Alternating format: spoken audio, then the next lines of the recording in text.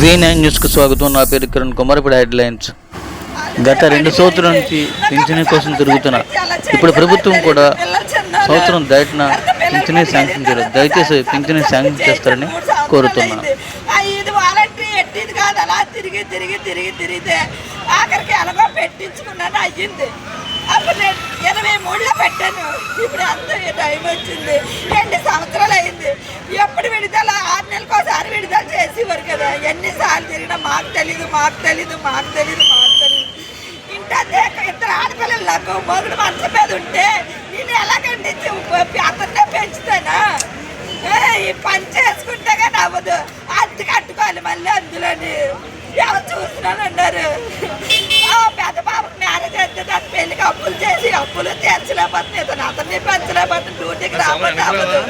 నాకు కూడా ఒంట్లో బాగోడలేదు.